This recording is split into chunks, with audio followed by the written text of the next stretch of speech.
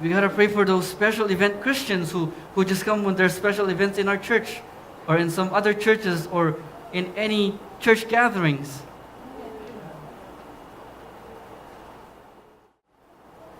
So let me just read this passage again. In the NIV, this is what it says. That when they had finished eating, Jesus said to Simon Peter, "Simon, son of John, do you love me more than this?"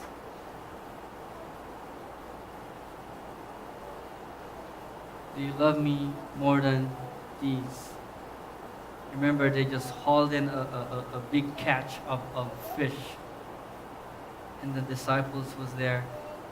And Jesus asked, "Do you love me more than these?"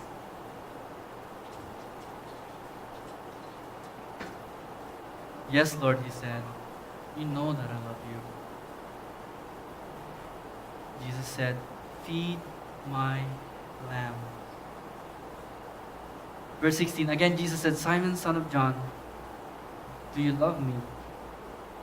He answered, "Yes, Lord, you know that I love you." Jesus said, "Take care of my sheep." The third time he said to him, "Simon, son of John, do you love me?" Peter was hurt because Jesus asked him the third time, "Do you love me?" He said, "Lord, you know all things. You know that I love you." Jesus said, "Feed my sheep. Feed my sheep." As a student of the Word, I always try to question why Jesus would ask Peter 3 times, "Do you love me?" Especially when he knows all men. The first time he said in verse 15, "Simon, son of John, do you love me more than these?" He was actually referring to the love that is unconditional, to the kind of love that is sacrificing, the kind of love that is inconvenience to you at times, discomforting to you at times, even brings death at times. The word that Jesus used first time he asked Peter is the verb form of agape. We all know what agape is, right? God's kind of love. God's kind of unconditional love.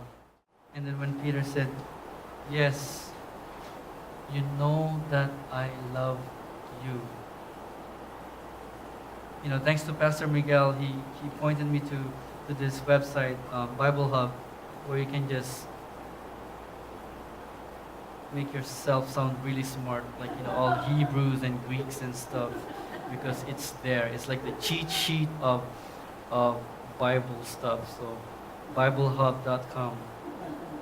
So when Peter replied, "Yes, Lord, you know that I love you," the word love that Peter actually used there is the phileo, which is the brotherly kind of love. It's almost like agape. The only thing with phileo is you only do it to people you like. You only pray for people that you like. You only do good things to the people you like. You want to impress them because you love them, because you have this bond, this relationship, this connection with them. But for your enemies, it's like, no. See, that's one of the major difference between the agape, the unconditional love, that even if they were mean to you, it's like you would still love them because he said to love them. Even if they did some horrible things to you, it's like, but when Jesus said to forgive them, it's like you find it in your heart to forgive them. You pray for them because that's the kind of love that Jesus is telling us to do. That unconditional love. So when Jesus heard Peter say, "Yes, Lord, you know that I love you." And then Jesus said, "Feed my lamb." feed my lamb.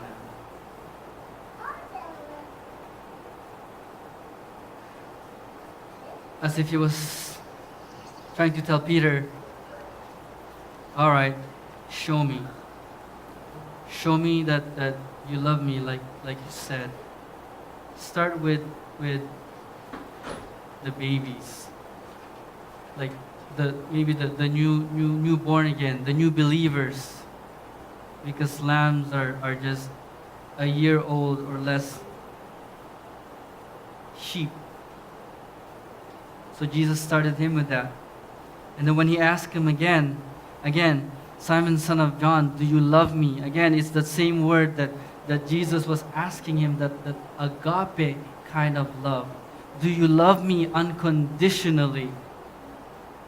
Now, let's keep in mind that Jesus is already asking Peter, after Peter already witnessed the risen Savior, after he already seen what Jesus had came to pass, that after 3 days I will come again. So he said, Lord, you know that I love you. But still not that unconditional love that Jesus was asking him.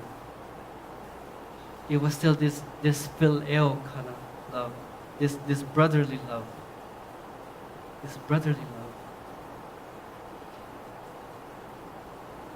So Jesus told Peter to take care of my sheep. Guide them, guard them, protect them, make sure that they're good.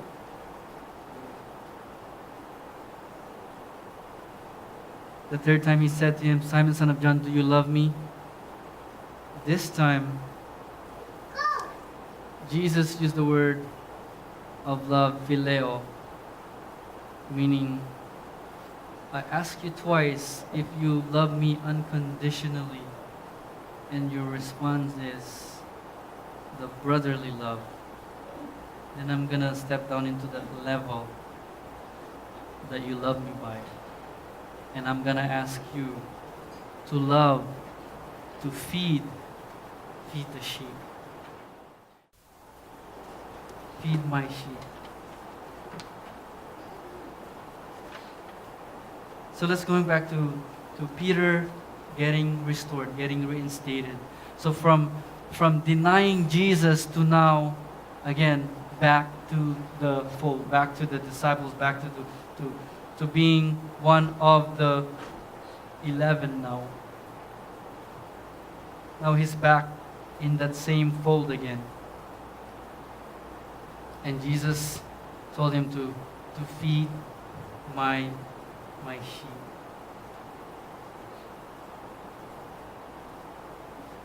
See, we all know that God is a God of restoration. Amen?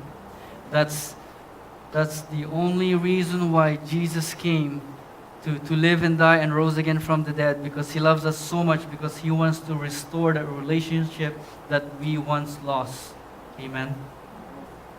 Because God is a God of restoration. So church, if any of us, or do you know, if you know anyone who's facing some challenges, some difficulties, some symptoms like Peter once had, remember that God is a God of restoration.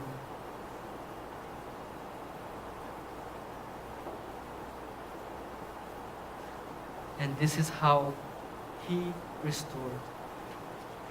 I love it when Pastor talks about, the Philadelphia, or the Ephesus, that, Jesus wants them to remember to remember your first love.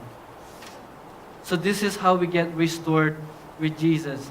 So if we know anyone who might not be on fire like us here, who might be on the sideline, who might still be facing some or experiencing some conviction, or just putting themselves down, saying that we're not ready to go to church.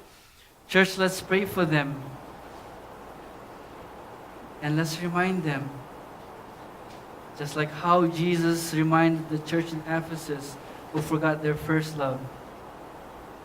Remember your first love. Remember Jesus, your first love.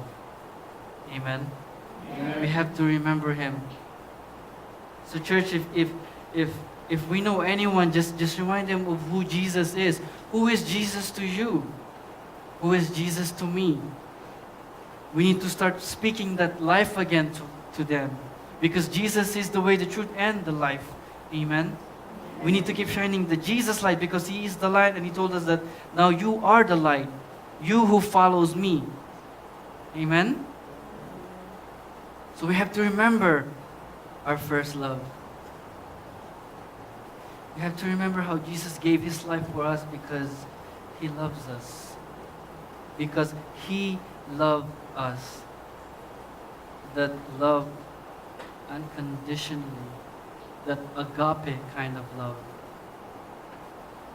Remember how lost we were without Him. Remember how our life is so much better now because our future is secured with Him. So we have to remember our first love. Next thing that we can do to restore, to reinstate those who were once like Peter or are experiencing this Peter-like conviction. Just like Jesus, how He restored Peter. We have to remind them that we need to serve with love. Remember when, as Jesus is restoring Peter, He asked him, "Do you love me? Do you love me?" And he said, "Yes, Lord, you know that I love you." Then you can do this. Jesus is asking you today, do you love me? Then you can do this. Do you love me? Then you can join the ministry. Do you love me? Then you can join praise and worship team. Do you love me? Then you can join us at Swap Meet.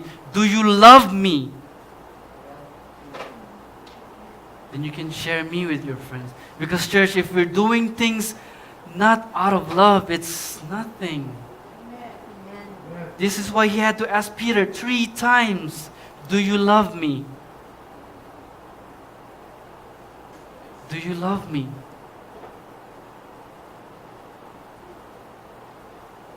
And we always start with something small to show, to prove how much we love Him. Because it's a challenge when we try to do so many things. This is how some people get burned out because they try to do so many things that it's easy to lose your first love. It's easy to lose track of that first love, of Jesus, because you're doing all this and that and praying for an 8 days so you can just have time with Him. So church, we have to remember that our first love, we have to serve with love. And the last part is, after Peter said to Jesus, "Lord, you know that I love you. You know that I love you." The last thing that Jesus said is, "Follow me. Follow me." See, church, it's easy to get restored in good standing with God because Jesus already paid the price for each and every one of us. That we no longer have to condemn ourselves. We no longer have to condemn others for doing whatever they did because Jesus already paid it all. Amen? And all we have to just remind them that Jesus loves you. That even if they're stuck on whatever sinful things that they're doing, it's like we have to remember, I have to remember that Jesus died for them too. That when I'm praying for them, it's like I have to do it out of love. Not out of my judgmental ways that thinking, they deserve it.